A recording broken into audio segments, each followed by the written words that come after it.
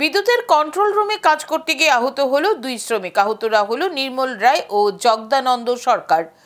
নির্মল রায়ের বাড়ি কালীবাজার এলাকায়, অপরদিকে জগদানন্দ সরকারের বাড়ি দুর্জয়নগর কোঅপারেটিভ এলাকায়। তারা দুর্জয়নগর বিদ্যুতের সাবস্টেশনে কাজ করতে গিয়ে আহত হয়।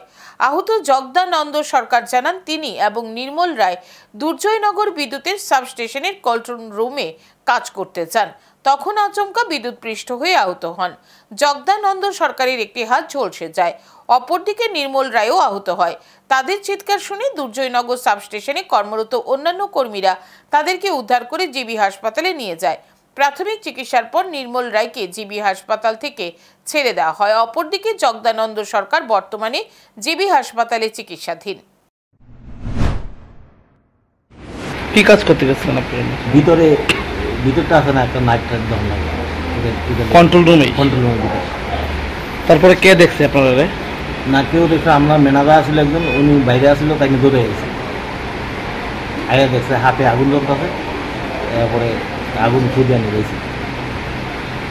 সঙ্গে যে আসলো ওনারও কি হাতে লাগছে? ওনার হাতিয়া লাগছে আর ইজার লাগছে।